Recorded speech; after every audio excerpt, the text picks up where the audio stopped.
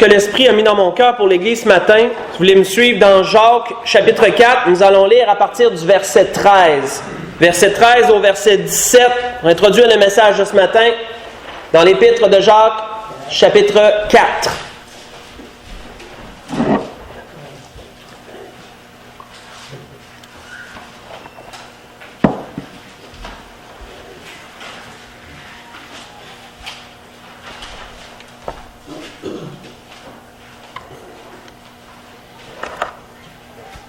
L'Esprit va encore englober ce matin une pensée spécifique qui a deux facettes. Et nous allons voir dans ce que l'Esprit va nous donner, cette première facette, où il est dit, Jacques dit, « À vous maintenant qui dites, aujourd'hui ou demain, nous irons dans telle ville, nous y passerons une année, nous trafiquerons et nous gagnerons.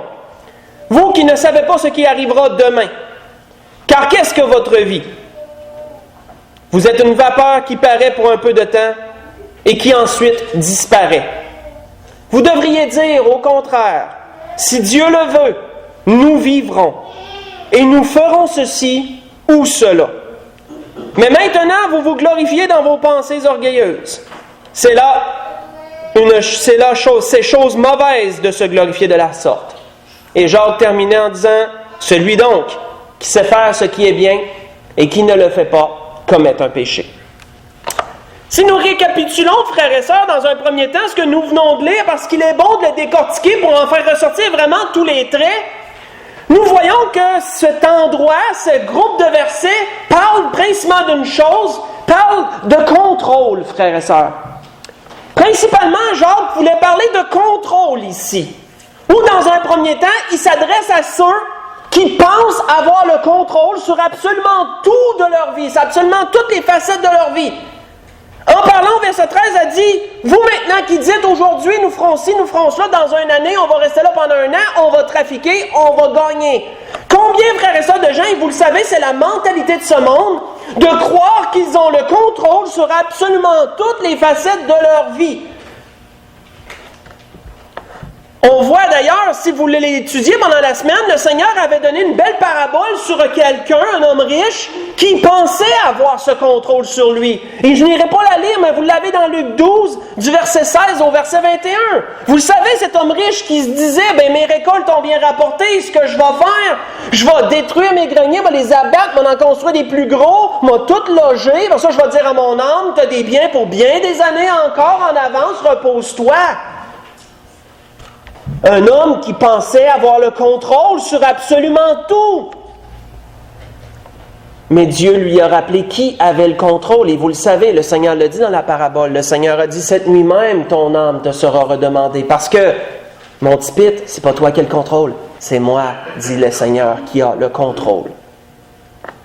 On voit que Jacques, au verset 14, dans le début, nous rappelle l'ignorance, notre ignorance en tant qu'être humain, en disant « Vous ne savez pas ce qui arrivera demain. » Nous ne voyons pas plus loin que le bout de notre nez. Cette expression-là prend tout son sens. Nous ne savons pas ce qui arrivera dans les 5 minutes qui suivront. On peut s'en douter. On va être encore assis ici en train d'entendre la parole, mais on ne le sait pas si l'enlèvement survenait tout de suite. On ne le sait pas. Nous sommes ignorants de bien des choses. Et Salomon le disait dans les Proverbes en disant « Ne te vante pas du lendemain. Ne te vante pas. » Qu'est-ce qui fait quelqu'un qui se vante, frères et sœurs? Je suis capable de faire ci, je suis capable de faire ça, je vais faire ci, puis je vais faire ça, ou j'ai fait ci, j'ai fait ça. Mais le Seigneur parle du lendemain ici. Ne te vante pas du lendemain. Parce que tu ne sais pas ce qu'un jour peut enfanter, disait Salomon dans les Proverbes.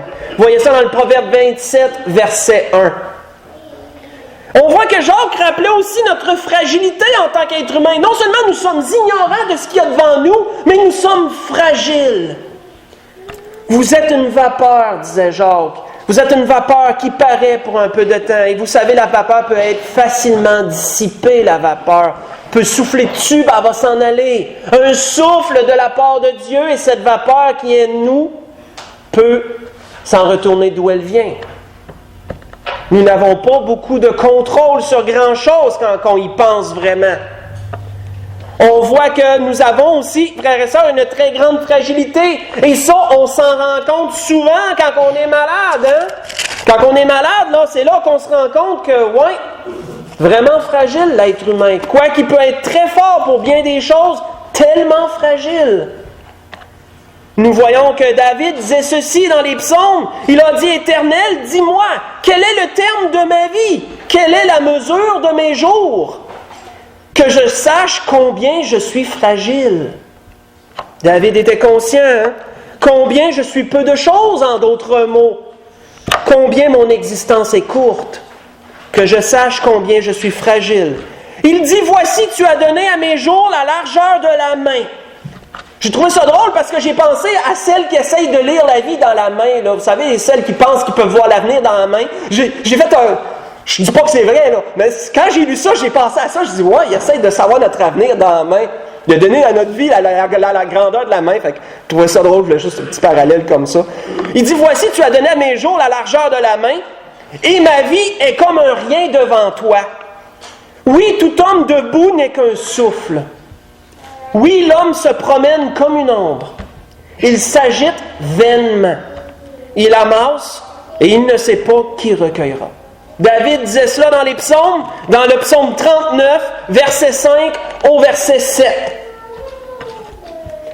Il y a tellement de choses, frères et sœurs, dans cette vie qui peuvent nous rappeler à quel point nous sommes éphémères. Une chose éphémère, vous le savez, c'est que ça ne dure pas longtemps, ça passe un moment. Vanité, vanité, disait l'Ecclésiaste, tout est vanité.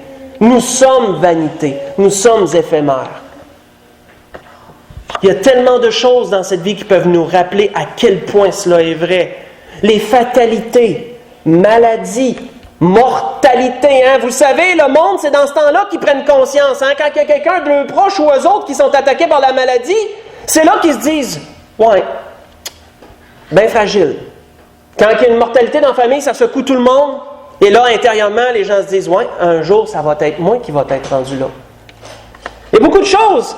Les accidents, ce sont des fatalités qu'on appelle, des choses qui nous tombent dessus sans qu'on l'ait planifié, sans qu'on l'ait vu venir. Les adversités, hein, des épreuves qui viennent dans la vie nous rappellent comment nous sommes faibles, comment on n'a pas le contrôle sur tant de choses que ça, en fin de compte. Quoique, illusoirement, on peut penser avoir le contrôle sur tout. Même la météo nous rappelle qu'on n'a pas le contrôle. Quand tu veux faire quelque chose, puis qu'il mouille, puis tu dis, bon, ben, je vais être obligé de faire d'autres choses, j'ai pas le choix, faut que je me plie à la météo. Tout nous rappelle, la création que Dieu a mis en place, toutes ces choses que Dieu permet, nous rappellent notre fragilité, nous rappellent notre ignorance, nous rappellent que nous n'avons pas le contrôle sur tellement de choses, en fin de compte. Jacques rappelait quoi par la suite? Il rappelait qu'il y avait un Dieu. Il rappelait qu'il y avait un Dieu dans les cieux. Si vous devriez dire au verset 15 au contraire, si Dieu le veut, nous vivrons. Et il y a une virgule après. J'aime cette virgule. Ça marque une pause. Ça démontre que la pensée principale, si Dieu le veut, premièrement, je vais vivre. Puis ensuite, si Dieu le veut, je vais pouvoir faire ceci. Ou je vais pouvoir faire cela. On voit que le prophète Ésaïe disait ceci. Disait ceci, le prophète, et ensuite je vais vous dire où est-ce que j'ai lu. Il a dit, « Je suis l'Éternel », il parlait au nom de l'Éternel, « Je suis l'Éternel, il n'y en a point d'autre. À part moi, il n'y a point de Dieu. Je t'ai saint avant que tu me connaisses, c'est afin que l'on sache du soleil levant au soleil couchant, qu'à part moi, il n'y en a point d'autre. Il n'y a point d'autre Dieu. Je suis l'Éternel, il n'y en a point d'autre. Je forme la lumière, je crée les ténèbres. Je donne la prospérité, je crée l'adversité. L'adversité, c'est toutes les épreuves qui surviennent sur notre route qui nous rendent la marche difficile. On appelle ça de l'adversité. À la base, c'est Dieu qui permet toutes choses. C'est lui qui a le contrôle sur absolument tout. Moi, l'Éternel, je fais toutes ces choses. Mais Dieu fait aussi la délivrance et la bénédiction. Que les cieux répandent d'en haut et que les nuées laissent couler la justice. Que la terre s'ouvre, que le salut y fructifie et qu'il en sorte à la fois la délivrance. Disait l'Éternel. Moi, l'Éternel, je crée ces choses. Vous voyez ça dans Isaïe chapitre 45, j'ai lu verset 5 au verset 8. Et dernièrement, qu'est-ce que Jacques disait? De croire que nous avons le contrôle sur quoi que ce soit. Le contrôle sur absolument tout, comme le monde le croit. C'est motivé premièrement par quoi? Par l'orgueil. C'est ce que Jacques rappelait. Mais maintenant, vous vous glorifiez dans vos pensées orgueilleuses. Et Jacques disait, ce n'est pas bon qu'il en soit ainsi. Et il a fini finalement en disant que tout cela est un péché d'agir ainsi. Que celui qui sait faire ce qui est bien et qui ne le fait pas commet un péché. Comment donc, frères et sœurs, devrions-nous agir? Dans un premier temps, nous voyons quoi? L'Esprit a voulu nous montrer quoi? A voulu nous montrer la pensée de ce monde, mais qui parfois, un petit peu, peut déteindre sur nous qu'on pense avoir le contrôle sur bien des choses. On planifie beaucoup d'avance sur beaucoup de choses. Dans un an, je vais peut-être faire ça. Dans un mois, je vais peut-être faire ça. Et souvent, l'arrière-pensée, on devrait avoir, si Dieu le veut, nous allons faire ceci ou cela. Et tout nous rappelle quoi? Que nous n'avons pas le contrôle sur grand-chose. Nous sommes ignorants, nous sommes fragiles. Mais, frères et sœurs, l'Esprit veut aussi nous conduire dans une autre facette de cela parce qu'il y a une chose sur laquelle nous avons beaucoup de contrôle. Et l'Esprit veut nous diriger dans cela. Quoiqu'on n'ait pas le contrôle en général sur bien des choses, il y a des choses sur lesquelles nous avons le contrôle. Tournons pour cela dans Jean chapitre 11. Voyons un exemple sur lequel nous avons souvent été, mais l'Esprit veut ressortir quelque chose de particulier. Dans Jean chapitre 11, et je trouve ça grand comment que le Seigneur peut prendre un même exemple qu'on passe dessus souvent, puis à toutes les fois, le Seigneur trouve un moyen de ressortir quelque chose de différent de ça. Dans Jean chapitre 11, c'est l'épisode où Lazare est mort. Et vous le savez, le Seigneur, à cette nouvelle, il a attendu un peu de temps après que Lazare soit mort, ou pendant qu'il mourait, on peut dire que ça devait dans ce temps-là, le Seigneur s'en allait vers là, mais quand le Seigneur est arrivé, Lazare était mort. Et nous le savons, dans Jean 11, nous débuterons à lire au verset 20.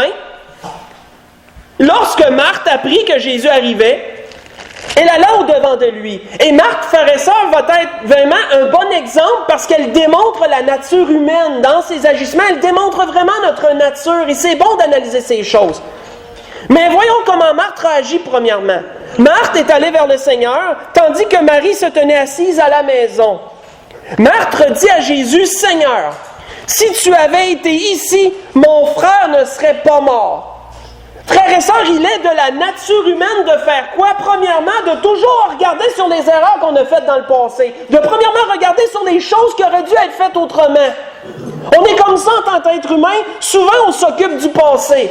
Marthe a dit au Seigneur, a dit, si tu aurais été là, Seigneur, mon frère ne serait pas mort. Sa première réaction, c'est d'aller critiquer le Seigneur sur le passé. Tu es en retard, Seigneur. Si tu aurais été là, il ne serait pas mort. Mais là, il est mort. Marthe dit à Jésus, Seigneur, OK, excusez, verset 22. Mais, on voyait qu'elle avait quand même une espérance dans le Seigneur. Mais maintenant même, je sais que tout ce que tu demanderas à Dieu, Dieu te l'accordera. Jésus lui dit, ton frère ressuscitera. Et là, regardez la réaction de Marthe. Je sais, lui répondit Marthe, qu'il ressuscitera à la résurrection du dernier jour. Frères et sœurs, souvent, si nous ne sommes pas portés à regarder, si nous ne sommes pas portés à regarder le passé, nous serons portés à regarder le futur. Le Seigneur est là devant elle, présentement, et lui parle de résurrection, pas demain, pas hier, là, aujourd'hui. Et qu'est-ce que Marthe dit? Ben Seigneur, je le sais qu'un jour, ils vont tous ressusciter, Seigneur. Je sais qu'au dernier jour, les Juifs aussi ont cette espérance-là. Je sais, Seigneur, qu'un jour, tout le monde va ressusciter. Jésus lui dit, « Je suis la résurrection et la vie. Celui qui croit en moi vivra même s'il meurt. Et quiconque vit et croit en moi ne mourra jamais. Crois-tu cela? » Qu'est-ce que le Seigneur l'amenait, frère et sœur? Qu'est-ce que le Seigneur voulait dire à Marthe? Il voulait dire, Marthe, arrête de t'occuper du passé. Arrête de t'occuper du futur. Moi, je te parle de maintenant, là. Je te parle du présent. Je suis la résurrection et la vie. Crois-tu cela? Crois-tu que je peux présentement faire quelque chose? Et Marthe a dit, oui Seigneur, je crois que tu es le Christ. Je crois que tu es celui qui peut tout faire. Le Fils de Dieu qui devait venir dans le monde. Frères et sœurs, combien de fois le Seigneur veut nous ramener à la pensée que oui, on n'a pas le contrôle en général sur tout. Et je veux dire, on ne peut pas contrôler la météo. On ne peut pas contrôler les fatalités. On doit les subir, on doit gérer ça. On ne peut pas contrôler l'adversité. On n'a pas tout planifié. Il y a des choses qui surviennent, même des erreurs parfois qu'on fait. Il faut gérer beaucoup de choses. Mais s'il y a une chose qu'on a le contrôle, c'est sur notre attitude dans le présent. Comment réagissons-nous à cela présentement? Quand que son frère est mort et que le Seigneur est venu vers elle, elle a eu la réaction d'aller dans le passé tout de suite, d'aller dire, « Ben Seigneur, si tu aurais été là, ça ne serait pas passé comme ça. » Ben Seigneur, je sais que plus tard, il va arriver ci ou ça. Mais qu'est-ce que le Seigneur lui disait, Marthe? Je te parle de là, je te parle de tout de suite, de maintenant. Frères et sœurs, l'Esprit veut nous amener cette question parce que oui, on n'a pas le contrôle sur bien des choses, mais on a le contrôle sur le présent. On a le contrôle sur notre réaction face au présent. Et dans ce présent, est-ce que c'est nous qui contrôlons ou est-ce que c'est la vie qui nous contrôle dans le présent? Et vous allez voir où je veux m'en aller avec cela. Un bon exemple de cela. Vous savez qu'à un autre moment donné, si on recule, un jour, le Seigneur est allé chez Marthe et Marie. Vous connaissez cet exemple, sûrement la plupart d'entre vous savez déjà où je suis rendu. Et vous savez que le Seigneur s'est assis et a commencé à parler dans la maison de Marthe et Marie. Et que Marie, elle a choisi, malgré la circonstance présente, elle a choisi de s'assire et d'écouter ce que le Seigneur avait à dire. Tandis que Marthe se laissait contrôler par le présent. « Ah, il faut que je fasse ci, il faut que je fasse ça, le Seigneur est là, il faut tout préparer, il faut préparer le manger, il faut préparer ci, il faut préparer ça, il faut veiller à ce que tout soit. » Mais le Seigneur, il parlait, il est en train de parler. Frères et sœurs, combien de fois il arrive des choses et que nous, soit que nous gardons le contrôle sur nous-mêmes dans le présent, ou soit qu'on se laisse contrôler par les situations, par les émotions, par les circonstances. On a le contrôle, frères et sœurs. C'est à nous de le prendre. Un exemple que je voudrais vous donner, et je vais le donner un petit peu plus tard. L'Esprit veut donner d'autres choses avant, je vais le donner un petit peu plus tard. Mais nous voyons dans l'exemple, et en passant ce que j'ai lu à propos de Marthe et Marie, pour ceux qui le cherchent, c'est dans Luc chapitre 10, verset 38 au verset 42. Je ne l'ai pas tout lu, j'ai abrégé. Mais ça démontre quoi? Deux femmes, une qui a gardé le contrôle, qui a dit « Seigneur est en train de parler, moi je ne manquerai pas ça », c'est assis et elle l'a écouté. Et l'autre, qui était trop occupée par tout ce qu'il y avait à faire et tout, elle aurait pu aussi bien s'asseoir elle aussi et d'écouter, le Seigneur n'avait pas demandé quelque chose. Il n'avait rien demandé, le Seigneur. Il y a une différence, frères et sœurs, entre contrôler et être contrôlé.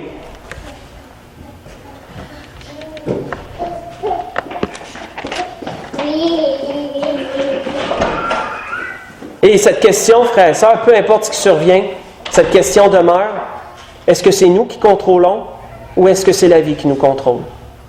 Si on médite sur ça, on peut se rendre compte que parfois c'est la vie qui nous contrôle.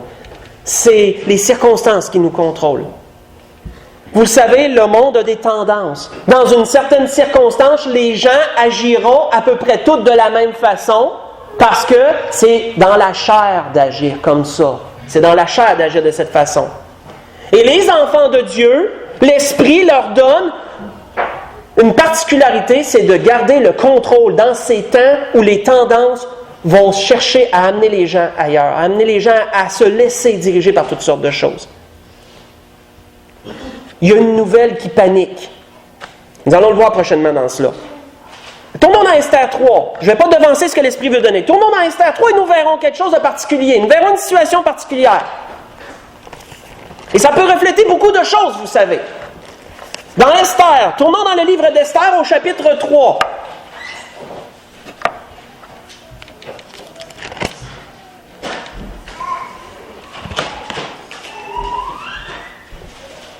Nous allons lire pour commencer le verset 12.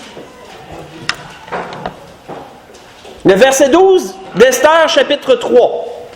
Où je vous mets dans le contexte, le peuple de Dieu, c'est sous l'esclavage à Babylone, après les 70 années de captivité, pas après, la fin, dans le temps des 70, pas la fin, dans le temps des 70 années de captivité à Babylone.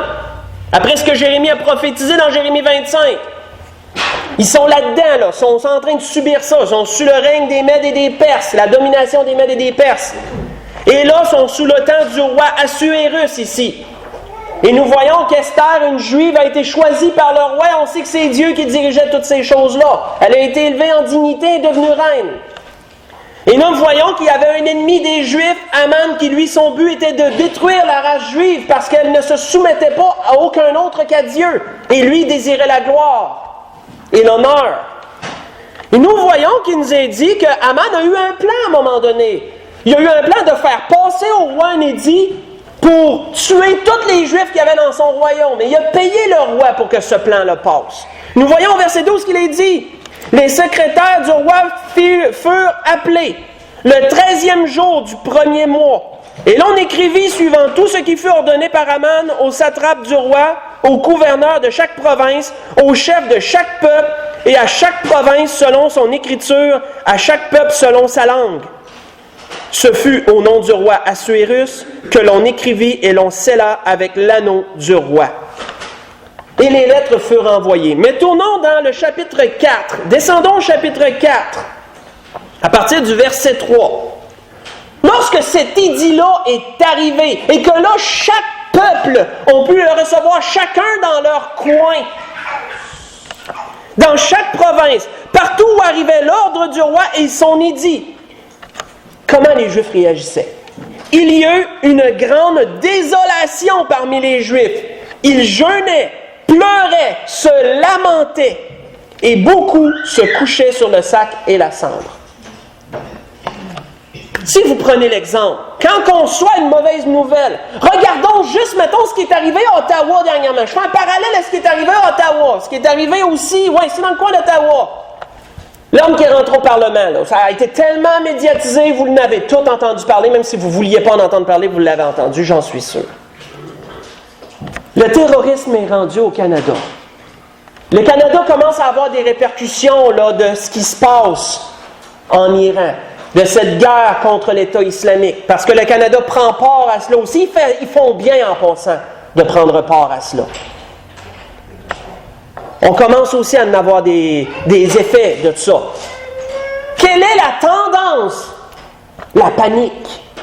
Ça arrive chez nous, on n'est plus à l'abri, nous autres non plus. Qu'est-ce qui va arriver par la suite? Cette nouvelle, si on revient à cette nouvelle-là, les Juifs reçoivent toute une nouvelle. On va tous être éradiqués. Ils ont tous le droit de nous tuer et de piller nos biens à un certain jour. Jeûner, c'est correct pour prier. Mais il y en a beaucoup qui se lamentaient, que la Bible dit. Il y avait certainement bien de la panique parmi les Juifs en cette journée-là. Il y a de garder le contrôle et il y a de se laisser contrôler par les événements. Voyons-nous un peu plus qu'est-ce que l'Esprit veut dire au travers de cela. Les tendances de ce monde, le monde va tout agir d'une même façon, d'une certaine circonstance. Tu as une nouvelle qui panique, mais la plupart vont paniquer. Mais il y en a qui vont garder le contrôle. Les enfants de Dieu doivent être de ceux-là. On voit, frères et sœurs, qu'au verset du chapitre 4, verset 1, Mardoché, ayant appris tout ce qui se passait, déchira ses vêtements, s'enveloppa d'un sac et se couvrit de cendres. La Bible nous dit-tu qu'il s'est lamenté? La Bible nous dit-tu qu'il a paniqué ou quoi que ce soit? Non, il s'est couvert de sac et la cendre. Ça démontrait ça démontrait qu'il était vraiment dans une grande désolation. C'est sûr, ils apprennent une mauvaise nouvelle, c'est normal. Mais on doit garder le contrôle. Parce qu'on a ce contrôle-là, on a le pouvoir de garder notre contrôle dans ces circonstances. On ne peut pas contrôler tout ce qui nous entoure. Ce qui arrivait, ce qu'Aman avait réussi à passer, ça ne se contrôlait pas, ça. Mais l'attitude, elle peut se contrôler. Et on voit que Mardoché, il a mis le sac et la cendre, puis il alla au milieu de la ville, en poussant avec force de cris amers, et se rendit jusqu'à la porte du roi, dont l'entrée était interdite à toute personne revêtue d'un sac. Mardoché, malgré sa faiblesse, gardait quand même un certain contrôle sur lui-même. Parce que ça, on a le contrôle là-dessus. Quand nous pensons, frères et sœurs, à Job, et vous savez tout ce qui est arrivé, on revient tellement souvent sur cet exemple-là, Job a démontré, frères et sœurs, quelqu'un qui est extrêmement capable de garder son contrôle malgré les mauvaises nouvelles. Vous le savez, dans un premier temps, Satan lui a enlevé tous ses biens. Dieu a permis cela. Et la Bible nous dit quoi à propos de Job? Job se leva, déchira son manteau, se rasa la tête. C'est normal qu'on soit abattu. C'est normal qu'on soit ébranlé par une nouvelle quelconque.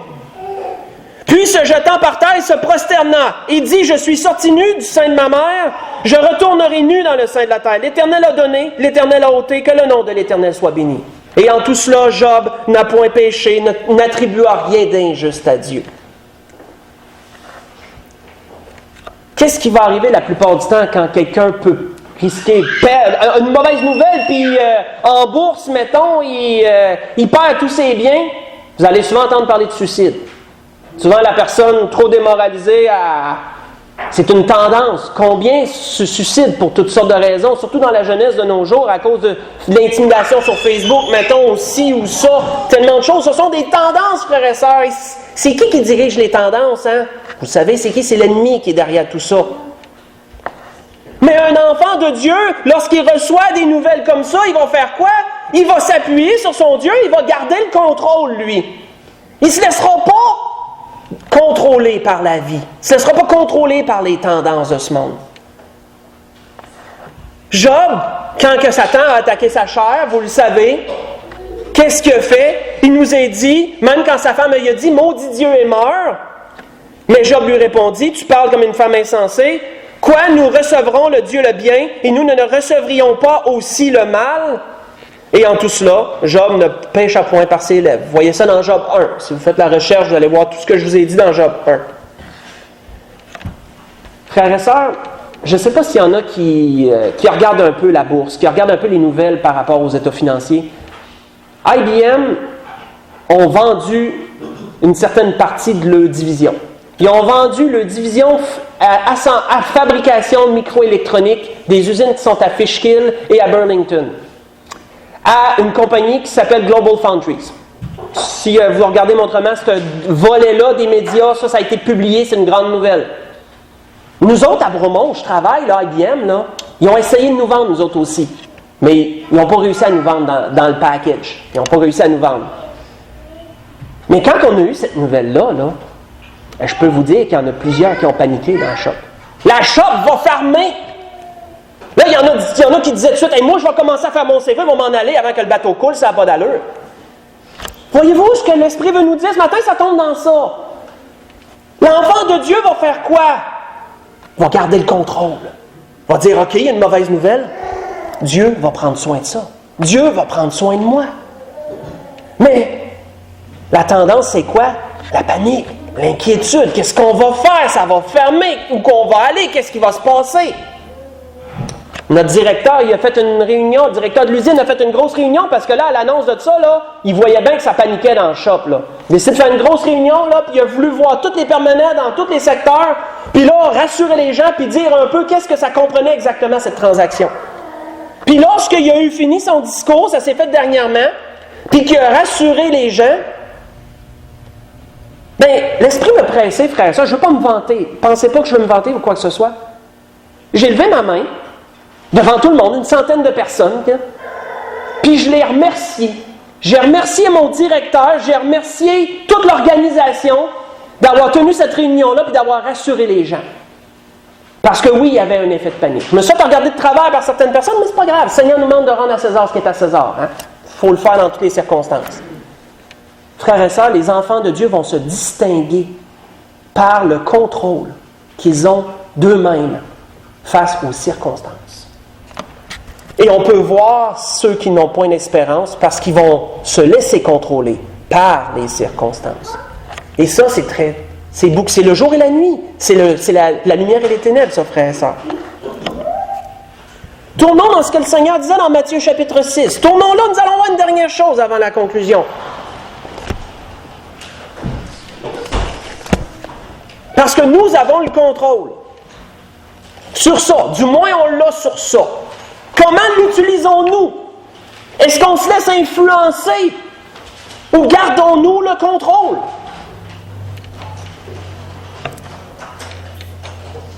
Est-ce que c'est nous qui contrôlons ou est-ce que c'est la vie qui nous contrôle? Et ça, dans certaines circonstances, ça se reflète, ça. Dans Matthieu chapitre 6, dans les Béatitudes, dans le Sermon sur la montagne, où vous avez lu maintes fois, il est intéressant, frère et sœurs, de voir à qui Jésus parlait. Vous savez, Jésus ne parlait pas à des riches à ce moment-là. Lorsque le Seigneur est allé sur la montagne, il y avait une multitude qui s'était assemblée. Jésus ne parlait pas aux riches de ce monde. Jésus ne parlait pas aux pharisiens, aux grands religieux de ce monde. Jésus parlait à des pauvres. Jésus était sous le bord d'un lac. Il était en dehors d'une ville. C'était tous les fermiers, les pauvres des environs qui s'étaient réunis. Il y avait peut-être quelques personnes riches. On ne sait pas. Mais la plupart, la majorité, c'était des gens pauvres. C'était des gens qui trimaient fort pour avoir la nourriture de chaque jour, qui trimaient fort pour avoir de la nourriture pour les temps difficiles et pour tous les besoins. C'était pas des gens qui avaient beaucoup. Et le message que le Seigneur leur a dit à partir de Matthieu chapitre 6, verset 25, prend tout son sens. Où le Seigneur leur a dit, c'est pourquoi je vous dis, ne vous inquiétez pas pour votre vie. Les circonstances que nous vivons, frères et sœurs, oui, parfois il y a des mauvaises nouvelles qui nous arrivent, mais dans d'autres fois, on vit des circonstances difficiles présentement. Et qu'est-ce que le Seigneur nous dit? Je veux t'aider, pas hier, pas demain, là, je veux intervenir là pour toi, dit le Seigneur. Je suis là présentement, dit le Seigneur. Ne vous inquiétez pas pour votre vie, de ce que vous mangerez. Ça prend son sens quand on sait à qui parle. Ni pour votre corps de quoi vous serez vêtus. La vie n'est-elle pas plus que la nourriture et le corps plus que le vêtement? Regardez les oiseaux du ciel. Ils ne sèment ni ne moissonnent et ils n'amassent rien dans des greniers. Et votre Père céleste les nourrit. Mon pasteur aimait faire cette analogie, lui, en disant que les oiseaux ne se promenaient pas avec une poche de grain sur le dos en s'en allant. Lui, c'était une image qu'il aimait donner pour montrer qu'il arrivait quelque part et c'est là qu'ils trouvaient la nourriture dont ils avaient besoin. Tout était là, Dieu l'avait placé pour ça. Votre Père céleste les nourrit, ne valez-vous pas beaucoup plus qu'eux? Qui de vous, par ses inquiétudes, peut rajouter une coudée à la durée de sa vie? Vous savez, frères et sœurs, j'ai déjà entendu un pasteur dire dans un de ses messages, et j'ai trouvé ça tellement bon que je ne peux pas le mettre sous silence. Il a rappelé aux gens en disant, Jésus, est-tu venu mourir pour les oiseaux à la croix? Jésus, est-tu venu mourir pour les bœufs? Est-tu venu mourir pour les brebis? Est-tu venu mourir pour les lions? Peu importe, on pourrait toutes les nommer. La création elle a de l'importance aux yeux de Dieu, pareil. Mais il est venu mourir pour l'être humain. Pour la créature qui est à son image et à sa ressemblance. Nous avons, frères et sœurs, la chance d'avoir l'attention plus particulière de Dieu, au point qu'il a donné son Fils pour nous. Et comme l'apôtre Paul a dit à un endroit, s'il a donné son Fils pour nous, ne nous donnera-t-il pas toutes choses avec lui? Et pourquoi, est-il dit au verset 28, vous inquiétez-vous au sujet des vêtements? Considérez comment croissent les lys des champs. Ils ne travaillent ni ne filent. Cependant, je vous dis que Salomon même, dans toute sa gloire, n'a pas été vêtu comme l'un d'eux. Les plantes ne peuvent même pas se déplacer pour quoi que ce soit. Elles sont prises là où elles ont été plantées et elles doivent faire avec le sol qu'elles ont, dans lequel elles sont là. Elles ne peuvent même pas se reproduire tout seules, c'est des abeilles qui font un job à leur place. Dieu prend soin de tout. Et comment que les enfants de Dieu se distinguent? Par le contrôle qu'ils ont d'eux-mêmes, peu importe la circonstance dans laquelle ils sont. Les enfants de Dieu se distinguent comme ça. Ne vous inquiétez donc point, disait le Seigneur. Et ne dites pas que mangerons-nous, que boirons-nous, de quoi serons-nous vêtus. Toutes ces choses, ce sont les païens qui les recherchent. Qui, frères et sœurs, pense avoir le contrôle sur tout? Ce sont les païens. Quand on vient au Seigneur, on vient à la compréhension qu'il y a un Dieu qui a le contrôle. Mais nous, on ne contrôle pas grand-chose. Cherchez premièrement le royaume et la justice de Dieu. Si nous chercherions, oui, frères et sœurs, premièrement ce qui plaît à Dieu, même dans nos malheurs, même dans nos faiblesses, nous verrions tellement de bénédictions dans nos vies. Les enfants de Dieu se distinguent aussi en cela, que même dans les moments difficiles, ils vont continuer à regarder à ce qui plaît à Dieu avant ce qui plaît à eux-mêmes. Encore une autre fois, les enfants de Dieu se distinguent. Et ça va paraître dans le monde, ça. Ça va paraître. Ne vous inquiétez donc point du lendemain, car le lendemain aura soin de lui-même. Chaque jour suffit sa peine, disait le Seigneur. Et ça ramène bien, avant d'aller à la conclusion, ce que l'apôtre Paul disait aux Philippiens. Ne vous inquiétez donc de rien, mais en toute chose faites connaître vos besoins à Dieu, par des prières, des supplications et des actions de grâce. Frères et sœurs, pensez à ce qui s'est passé en arrière, c'est de l'histoire sur le passé. On peut apprendre de nos erreurs du passé, mais on ne peut pas changer le passé. Ça ne sert à rien de revenir sur les choses qu'on aurait dû faire pour aller mieux, pour que les choses soient différentes aujourd'hui. Il y a des erreurs, on apprend, c'est correct. On peut penser au futur, faisons attention. Le Seigneur veut que nous agissions dans le présent. Aujourd'hui, maintenant.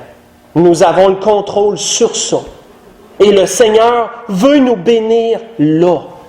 Oui, il veut nous bénir plus tard, mais il veut nous bénir aujourd'hui. Il veut vous bénir lorsque vous sortirez d'ici. Il veut vous protéger sur la route. Il veut vous bénir dans vos foyers. Il veut vous bénir dans votre travail. Le Seigneur veut nous bénir aujourd'hui. Et si nous prenons pleinement conscience de cela, frères et sœurs, et que nous saisissons tout cela, et disons, Seigneur, chaque journée, Seigneur, tu m'as donné la vie, tu vas me bénir aujourd'hui.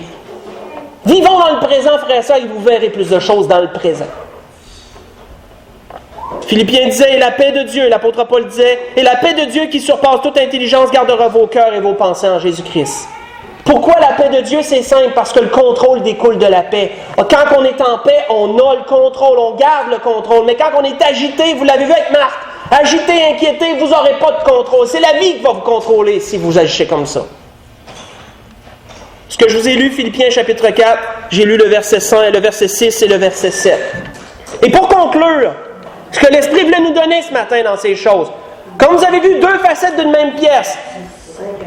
Il y a ce qu'on ne contrôle pas et il y a ce qu'on contrôle. Les deux facettes. Tournons à l'Éphésiens, dans le livre des Éphésiens, aux Éphésiens chapitre 6. Et lisons à partir du verset 10 pour conclure.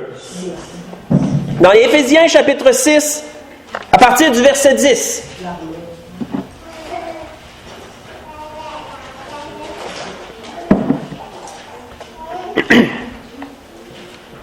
Où l'apôtre Paul disait aux Éphésiens, au reste, fortifiez-vous dans le Seigneur et par sa force toute puissante. Frères et sœurs, qu'est-ce qui fait qu'on a le contrôle? C'est pas nous, c'est Dieu, souvenons-nous-en. Si vous pensez que vous pouvez avoir le contrôle sur vous-même parce que vous êtes plus fort que d'autres, non. Si on a le contrôle sur nous-mêmes, c'est parce qu'on a Dieu dans notre vie. Et c'est par sa force toute puissante qu'on a le pouvoir de se fortifier et de garder le contrôle. Revêtez-vous de toutes les armes de Dieu, afin de pouvoir tenir ferme contre les ruses du diable.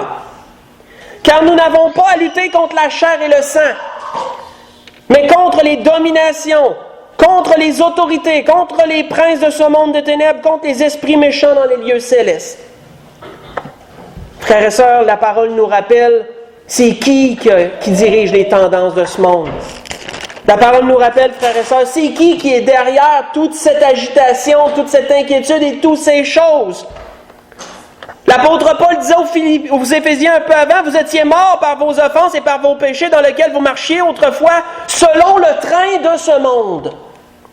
Selon le prince de la puissance de l'air, l'esprit qui agit maintenant dans les fils de la rébellion. Vous voyez ça dans Éphésiens 2, versets 1 et 2. D'une certaine façon, frères et sœurs, lorsque nous ne nous contrôlons pas et lorsque nous laissons la vie nous contrôler, c'est Satan qui nous contrôle.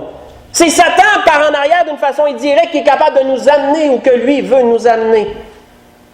Mais lorsque nous gardons le contrôle, nous sommes comme des gens campés au sol et qui restent sur place peu importe ce qui arrive.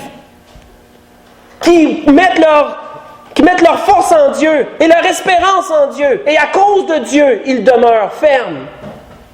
Ils ne sont pas agités comme le monde. Et les gens les regardent et ils se disent, ben voyons donc, il ne panique pas lui. Il reste positif. Normal, ça vient de Dieu, ça. C'est pourquoi il dit au verset 13, prenez toutes les armes de Dieu, afin de pouvoir résister dans les mauvais jours et tenir ferme après avoir tout surmonté. Je ne lirai pas la suite, mais vous le savez, si l'apôtre Paul a décrit l'armure du chrétien, c'était pour démontrer quoi à l'église d'Éphèse? C'était pour démontrer quoi aux Éphésiens? que Dieu veut nous armer pour la guerre ici-bas. Que Dieu veut nous donner tous les outils nécessaires pour garder le contrôle et ne pas être contrôlé. Et lorsqu'il surviendra, peu importe de choses qu'on ne peut pas contrôler dans cette vie, mais on sait premièrement qu'il y en a un qui a le contrôle, puis à cause qu'on y appartient, à cause qu'on est dans sa main, que la Bible nous dit, nous aurons le contrôle, nous aussi, si on s'appuie sur lui, si on demeure fort, on se fortifie avec lui.